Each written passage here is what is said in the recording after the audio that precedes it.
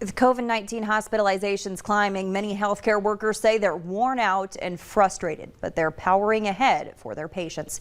Omar Villafranca spoke to nurses and doctors on the front lines at a hospital in Jackson, Mississippi. Worry really never goes away. Wendy Gwines leads the nurses in the ICU at St. Dominic's in Jackson.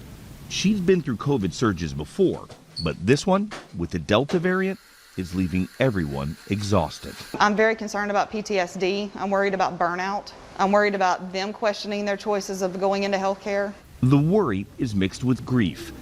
Earlier in the pandemic, her team lost a colleague in the same COVID unit where they all worked. There was anger. There were tears. There were, there was frustration. Frustration at what? That we're here, that we're actually having to work on one of our healthcare, team members.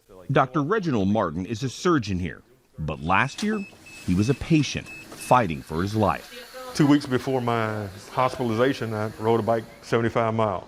2 weeks after my infection, I couldn't walk to the bathroom without getting short of breath. How do you tell people out there you don't want this? What do you tell them? Being in that hospital room with my O2 saturations in the 80s, being unable to breathe or take a deep breath. I'll relay that story to every patient that comes in and tell them, that you got to get this vaccine.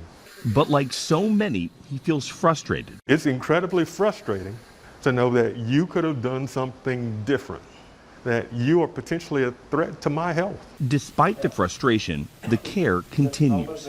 Dr. Bharat Malhotra admits, so does the heartache. What would happen to you if you were actually to stop and slow down and hear each individual patient's story? Do you think you could handle it? No, I don't think so, because then there will be so much helplessness. One memory haunts him, a woman dying in his COVID ward, writing down her final wishes for her son.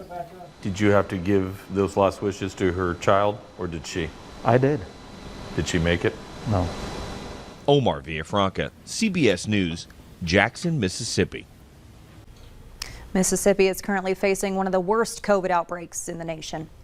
At more than 40 places in the U.S., you'll now be required to show your vaccination card for entry. We'll show you where right after the break.